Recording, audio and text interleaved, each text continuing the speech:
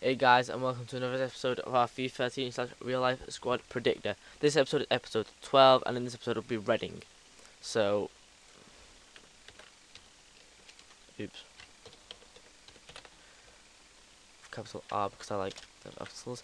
And the formation I've picked is a 4-5-1. Oops, shit, wrong button. Sorry guys. In net we have got, if it wants to type, but it won't type, fed.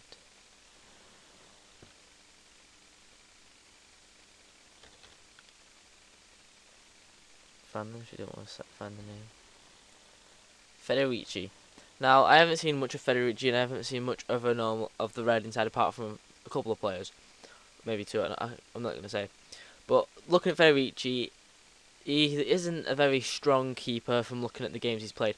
He has made a couple of good saves, but then he also made a really howler where he should have caught the ball, but it just hit his hand and went in the net. So looking at him, he's a decent keeper, as you can say. Now, you see my hand going up off the screen, it's because I'm trying to find the players. Right back is Gunter. Oh, he wants to type. He doesn't want to type for some reason. Gunter. Now, Gunter is a reasonable player. He's got reasonable pace, good defending for his level. He can also pass and head a ball, showing that he'll stand his ground when the wingers are running at him, or the opposite right back. Now, next to him is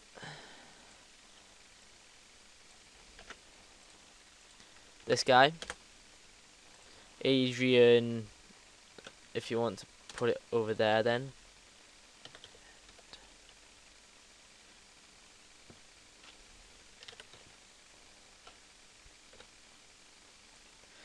Adrian, or whatever his name is, Maripa.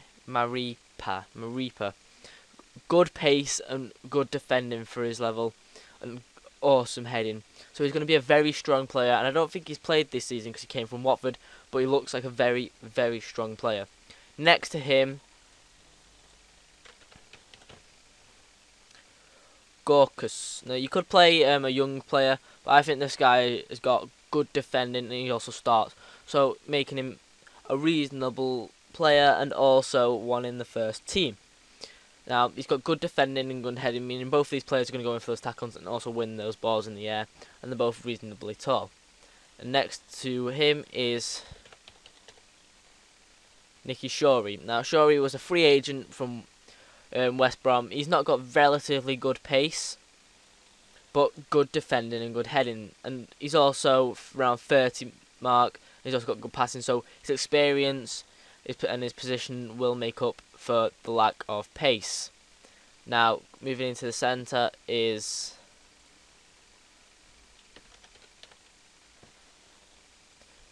Laterwood, or however you say it. He is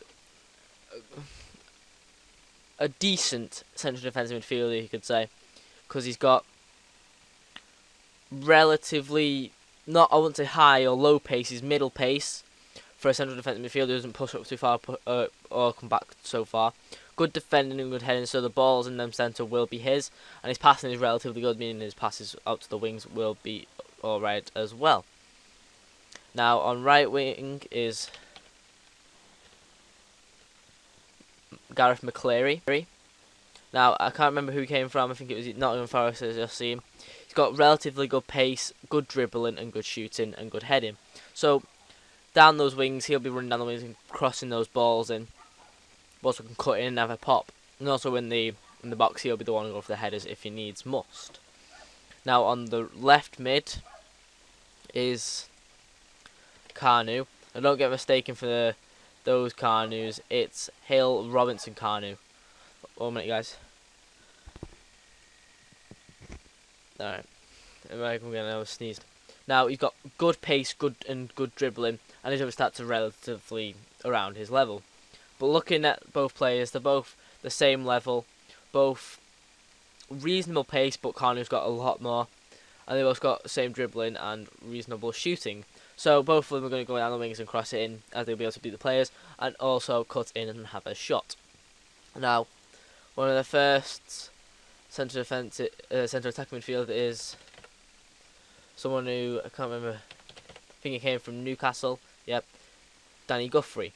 Now, Guthrie is relatively young. He's got good dribbling, good passing, good pace, good shooting, defending and attacking. So he's an all-round player, attacking, heading, sorry. Meaning his shots, his passes out to the wings up front, and his shots to the net will be relatively good, and also his pace will help him win the ball. Now, next to him is someone, when I want to put in the name,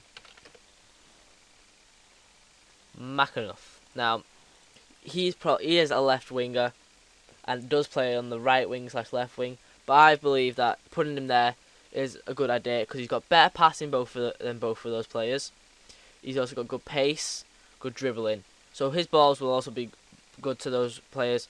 His dribbling, his control is relatively good as well, and his heading is relatively good. So the pace to get to those balls will help.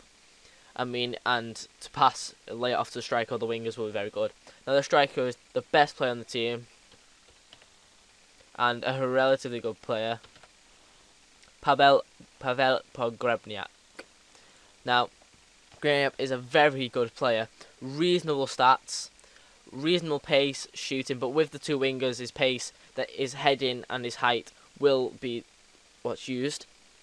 And he's got very good shooting, meaning those balls will fly in the back of the net. Now looking at the side, it is a reasonable side, but I wouldn't say a top 12 finish. Now, I know people have been doubting me on my decisions, but this is my decision, guys. This is where I think they'll probably maybe come. So I think a below 15th place finish because of the form they've been on and how they've been playing. Now, guys, this has been episode 12. Next episode, I think, is Southampton. Don't forget to like, comment, and do subscribe to see more videos. Thanks for watching, and peace.